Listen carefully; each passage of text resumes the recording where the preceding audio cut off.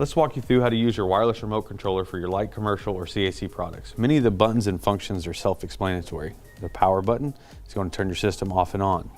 The mode button is going to switch between the different modes: auto, cool, dry, which can be used for high humidity areas, fan, which will be just a fan's mode. You can use your fan up and down button to change the speed of the fan, and heat, which is heating mode.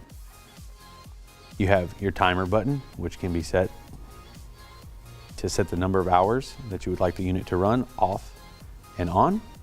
The option button, which is the different types of options, can be used to do different settings within the remote, doing the beep, the lighting, the clean filter, reset, indirect and direct fans.